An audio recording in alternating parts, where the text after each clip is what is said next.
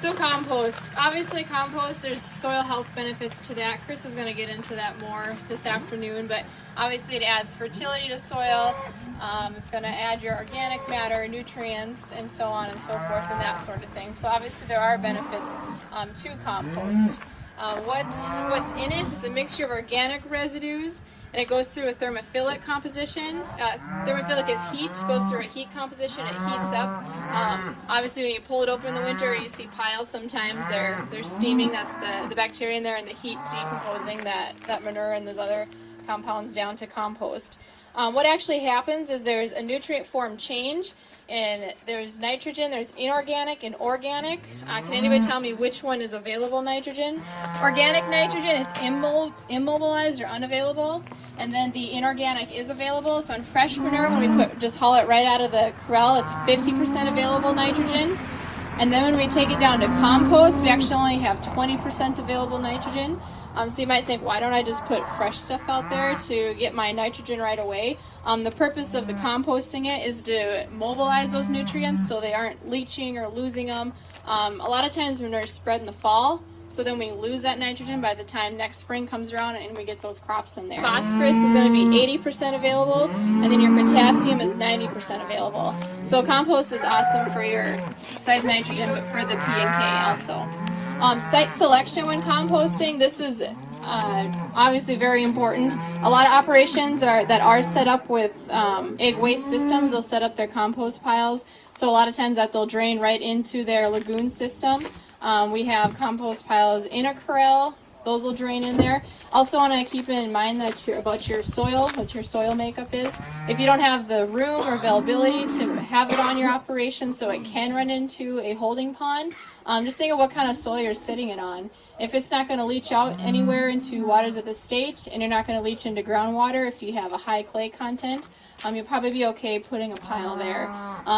Our piles here, they're not going to leach anywhere. We're not going to have any worries about anything running off. Another thing to think about, last few springs have been interesting with flooding. If you're going to have flooding issues, it's not so much when the water comes up, it's when the water comes down is when you might have an issue. Waters come up, they might infiltrate your compost pile or even just your manure piles, and it's when the water goes down. That water is now concentrated with extra nutrients, and then when it runs off, when the flood goes away, that's when the issues are. Carbon to nitrogen ratio is also very important when composting. We recommend a general 30-to-1. Not an exact number, but that's kind of a give or take there. Your carbon sources are going to be things like straw. Some guys use wood chips, wood shavings, depending on what's available to you. And then the nitrogen source, obviously, is your manure. Some guys use feed waste, anything that's going to get hot, add that heat to that composting process. You guys notice in a lot of our piles that there's a lot of straw and bedding in them. So when they clean the pens out, the bedding is our automatic carbon source there. You'll see in this first pile here, there's quite a bit of straw sitting on top. They don't usually look like that. When we laid the pile down, I'm assuming there must have been a bale feeder spot where a bale was either fed or the feeder was. And we had a couple bale cores. We just went and spread those out yesterday with a pitchfork, so when we mix them today, those will get mixed in better and broken down instead of just being a clump of straw in there. Would you comment on composting the carbon from corn stover versus wheat straw versus wood chips? Which one is more desirable and why? The most desirable one is the most affordable one on your operation. We're familiar with corn stover and straw is what gets used a lot. Corn stover is harder to break down. It takes longer. The straw is easy because a lot of operations, that's the main source of bedding, so it's already going to be in there. And as far as wood chips, it's not readily available in the state. Up north, if you get towards Bathgate, Langdon area, there's a couple mills up there that do have wood shavings or wood chips, and I don't know if they give those away or if you have to purchase them. There is numbers out there about how they break down and how much wood chips you need to add to so much of your nitrogen source. Off the top of my head, I couldn't tell you, but the numbers are there for that. The moisture content, about 50%. If a pile's too dry, it's not going to do anything, and if it's too wet, it's not going to do anything. A pile that's too wet likely isn't getting enough oxygen, which I'll talk about in a minute. And a pile that's too dry is might be getting too much oxygen, but a good way to test it is a wet rag test. You grab a handful of your compost, and if you squeeze it and you have water running out, it's too wet. And if you squeeze it and let go and it just kind of crumbles and falls apart, it's too dry. But if you squeeze it, it kind of holds together like a dish rag. I'm sure you guys do dishes often, right? But just like a dish rag when you're done with dishes, it should hold its form but not have a whole lot of excess water running out of there. We haven't had to add any water this year. It's been pretty wet. We got pretty dry here in July, but the inside of it's been moist enough that when we mix it up, it holds its moisture content pretty well. There's a gentleman that composts out in the Stanton area, and he's had to add water this year to his compost piles. And that's not a fancy thing either, just a water truck or water tank. Just drive down and dump water right in there. A handy system is, the gentleman in Scranton, the way he adds his water is he has his turner, and he has a pull-behind water tank that hooks right onto his turner, so he's adding water as he turns. So that's pretty convenient for him to throw water on there. I talked a little bit about the oxygen. We need about 50% oxygen also to get things happening. Mary talked earlier about burying deads in the ground. Why don't they decompose when you bury them in the ground? No oxygen. No oxygen. You could have told me a year ago that, okay, you bury your deads, you can dig them up and you're going to still have a whole animal there, a whole carcass. I'd be like, yeah, right, that's going to break down. I've talked to enough producers, and what I've learned this past year, that animal's not going to break down. You're going to dig it up and it's still going to be there. So the oxygen is vitally important. How do we get oxygen in our compost piles? Obviously turning. You do not need a turner. This makes it convenient if you're doing large amounts of composting. You want to get it done fast and quick. These work great. If you just have a small operation, I'm going to throw out there 1,000 head or less in your composting, just manure on your own place. A payloader or a tractor bucket is going to work just fine.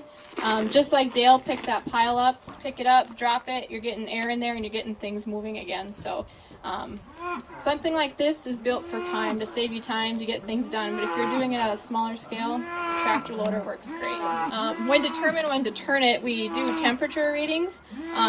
Here's our temperature probe here. We usually let it heat up to about 130 degrees, and that's going to kill weed seeds, it's going to kill some bacteria, and that's what's going to get our composting going. Once we get above 140 or 150, then we start killing some of the good bacteria and the good pathogens that are doing the work of our composting. So we want to turn it if it goes above that temperature, and then we know when to turn it when it drops below. When it starts dropping down to 120, 100, then we want to turn it again so that pile heats up again. Usually about 3 turns will get your pile to heat up 3 times, and you're also going to see a volume decrease, and then once we're done turning it, your pile's going to cure. So you're going to leave it a couple months, it'll sit and cure, and you'll have a finished product. So can you speed up the curing? I'm going to say the winter's going to slow it down, so if you can do it in the summer. Chris and Mary, have anything to add? Curing, it just needs to sit there. If you put out compost that isn't finished yet, you might have some phytotoxicity issues. And what happens is when you put that back out on the field and it hasn't finished yet, it heats up, and that can hurt some of the crops if you have some stuff going out there. And by letting it sit there and use up all that carbon or nitrogen, or not really use it up but transform it into these organic compounds that they're talking about, it prevents those issues. So you can't really speed it up, but you just have to let it sit there and do its thing. How long did you say it takes for a pile to become cured? You turn about 3 times, and with the curing, you have a finished product, and if it's a summertime, 3 to 4 months. I mean, probably about 10 weeks. If you From are start to religious with the turning, you can speed it up a little bit more. The great thing about compost is there's a lot of leeway with it. That you can go out and turn it, forget about it for a month, and temperatures might drop below 120 or 100 degrees 2 weeks before you think about turning it, and that's fine. You go out and turn it again, those temperatures should go back up. When you turn, after 3 or 4 times, it should be pretty much compost, and when you turn it and those temperatures don't really increase, that's the pile telling you, hey, we're done here. Let us sit for a while, and then you can put it out in the field. And if you don't have a thermometer, you don't need a thermometer. You can definitely do this. You don't have to be. If you want to be down to exact science and make sure you have a good weed seed kill, you might want to. But I guess from what I've read and heard, if you would turn it twice a month for 2 months, you turn it 3 times. I mean, that would probably, you're going to see a volume decrease and it'll break down. But And those temperatures stair step every time you turn it. Like the first time you pile that compost, it'll probably go 130, 140 degrees, and you should see those temperatures a day or two after you pile it. It's pretty darn quick. And those temperatures will remain there for a few weeks, then it goes down, so then you turn it. Well, it'll go back up, sometimes higher, sometimes the same. More times than not, it'll be a little bit cooler. And that decrease in the temperature is faster. And then you turn it the third time, usually then, by that time, the temperature will decrease, and that's only going to be a week or two where it's going to keep those thermophilic temperatures and go back down again. So it keeps stair-stepping it down with the peak of the temperature and also the duration every time you turn it. I think this thermometer only costs us about $60, and there's all different, lengths and varieties and brands and whatnot. one other thing I was going to bring, Chris, maybe you heard more on this. There's been a lot of talk about in the gardening world, but as far as spraying on the field, there's certain products, herbicides, that don't break down through the composting process. They've seen a lot in gardens this year. People use compost, not just compost, but a lot of manure in gardens. And one in particular is Milestone. It's used a lot on pastures to cover broadleaf weeds, and it passes through the animal into the manure, and it also survives the composting process. We're seeing damage on, I know last year was a few gardens that tomatoes that were twisted. I think tomatoes, potatoes, and beans are the main ones it affects, but I haven't heard anything about fields being affected, but I think it'd be something to keep in mind, or maybe on the radar. We'll do a little demonstration here. Tim's going to start our turner up, and he's going to turn our first half of the pile, and then the second half we'll do with a loader, so you guys can see either way. You can use a loader or a turner. Pile on the west side, we turned that one yesterday, I believe. So that one's been turned about 4 to 5 times now, so it's pretty well done. And these ones have been turned 1 time less. So you guys are welcome to hop off the trailer and come and look at the turner or watch There is daily. a bucket of completed compost on the end there too, if you want to check that out. So. Careful of the shrapnel behind the turner.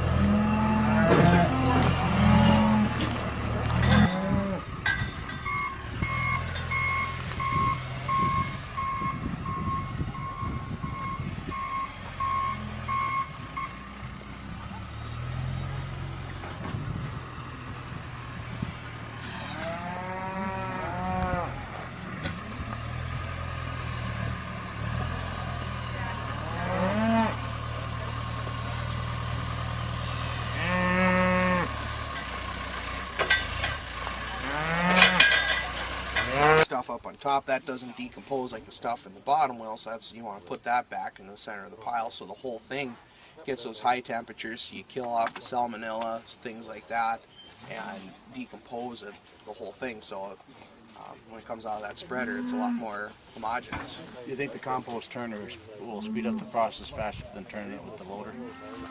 They about the same. Turning's turning. It's just a matter of the compost turner will mix a pile a little bit faster than what the payloader will. But when you're using the payloader, you know, you got to be mindful about, instead of just picking it up, plopping it down, you want to actually try to turn it, get that outside crust inside the pile. If you got the loader versus what, $35,000 Yeah, and that's one of the things you need to consider, the cost of the turner. If you're just a guy that's just trying to get into it, you know, I would play around with that for a few years before buying that machine. Or if you're just looking at deads, I'd just use the tractor for the most part. How many years have we had that? Oh gosh, I don't know. I'd say 6. Okay, thanks. 7. Yeah, I think you guys got a year or two before I was here. But then there's other other turners too, like a Brown Bear. A couple SCDs in the state use that one. That looks like a pretty nice machine. There's Midwest Biosystems. Those are the green ones. I've seen those ones before. They look like they work pretty good. I don't know that ours won't necessarily pass the wet rag test today. It's probably a little bit drier, especially You could this find a pile. couple different spots that would work though. Yeah, so some parts of it would pass. You can see, I mean, after Dale mixed it up here, or after Tim mixed this part up here, some parts would pass. Here's a spot This here. part here is pretty dry. And so that's why Chris talked about homogenizing the pile, just to really make sure that we get everything mixed together so that it is not dry in some places, wet in some, because the wetter ones are going to heat, the drier ones aren't going to do anything, and so we really want to make sure that we have a consistent pile. This one will turn a few more times just because we did spread that bale core out. If you have like an uneven, like that's water there and there, would you just put some water here and not there, or how to try to get more even, or? It can be as scientific or non-scientific as you want. If we did it, we'd probably just spread the whole thing. We're out here, write it down, make sure it's good. Mostly because it's going to be Tyler or Tim probably on the trailer, and we're going to be like, stop, start, stop. They're probably going to come spray us with those dirty water, so. So how much water would you have to put in that stuff? That's a great question. I have no I don't idea. think quite a bit. I would turn it, or probably water it and then turn it. But I don't know how much. We did that one time, and it seemed like the water just stayed on the top. And then when you turn it, it didn't go throughout the whole pile. It just kind of stayed more on the top. I mean, the turner flips it, I guess, like this. And it didn't get it all the way through the pile. Was it like this, or was it more the straw right away, kind of more manure type material? I think it was more straw. Yeah. And so I could see that. Here you think it would soak in because this is more like a kind of a soil. But you type might have to action. do it one day and then come back the next and turn it. I mean, rather than put it on. Couldn't you just set up like a line of sprinkler too? You could. Yeah, if you want to take time and long manage garden that, you certainly could. One thing about compost, it's always going to break down, it's always going to work, but how it's going to work is always going to be different. I mean, it's going to be a lot of trial and error, however, depending on your climate, how you do things, but in the end, I mean, you'll figure something out. The composting lab, there's a lab that kind of specializes in composting out in, is it Maine, I believe? It's out east somewhere. How many bags did they test, or how many different 30. 30? Different bags. And I don't think they found a single bag of compost that was the same. Out of all 30 of those bags, They got it from across the United States. yep, some had similar properties, but there wasn't 2 bags that were exactly the same in their makeup and their moisture and whatnot. So it really depends on management after a certain point and kind of what you want to do.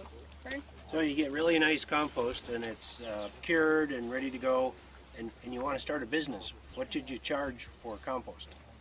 And that's another great question that I can't answer. It's going to depend on your marketing situation, and I think what your inputs are first, because you want to make sure that you're actually making some money out of the deal, and then after that, I don't know. If you sell it all on the first day, you didn't charge enough. But Right, exactly. when I it would comes do and you haven't some- sold any, maybe it was too high price. I've seen a few ads, they're just giving it away free. Just sitting in the piles, come get it for free. I'd calculate what the cost of the nitrogen and the phosphorus was in it based off of the fertilizer price, and then I would price it accordingly. That's my plan. That's what some work that I've done with that has been. We do have a couple producers in the state that are selling their compost. The one just bought a bag, or he's going to try and do by the bag now. Was that up my way? Or? Stanton. Oh, okay. And they were selling $10 skid steer load, something like that. Just come out your pickup, be more than happy to put it out there. There's another producer up my neck of the woods is exploring the idea. He wants to bag it and sell it to the people of mine with all the development and areas like that. And then you go down to Dickinson down there, he sells it to whoever. You just come up with a wheelbarrow. I don't know the prices of that stuff, but Ole was selling it for $23 or $25 a yard too, So do wasn't you it? remember what it was? And then down in Wapaton, there's a nursery that sells theirs for about $34 a cubic yard. So it really depends. And then you can have some certified organic, and so that, you know, you would sell probably differently into a certain niche market versus just regular non-certified The one stuff. guy's gonna put Pride of Dakota sticker on it, so that might Yep. people pay more for that. I don't know. Years ago, I used to have cattle at my place, and I would compost my own manure. And I would sell the compost in town for $75 a pickup load. And I had pickup with a hoist on it, so I delivered it to the garden, dumped it on there, and helped them spread it out. I didn't have very many customers, though. So Emily and I were visiting yesterday, and we said sometimes we wish we could just give you a clear-cut answer. Here's the recipe, follow it exactly, and it's going to be great. But really, this is the kind of operation where you can customize it to fit your operation, your needs, and profit what you would like. So there's no right or wrong way to do it. There are just guidelines that we can all give you to help out a little bit. whenever I buy products like that from Menards, Lowe's, whatever, I just look up NPK, whichever one gives me the best bang for my buck. I got my calculator right there on my smartphone, and that's the one I'm going with. So that's what most people are probably going to look at texture more so they're not going to understand that. Right, there's a lot of consumers that don't understand the nutrients. They just expect it all to be in that bag, and so you're right. They're going to look at texture, price.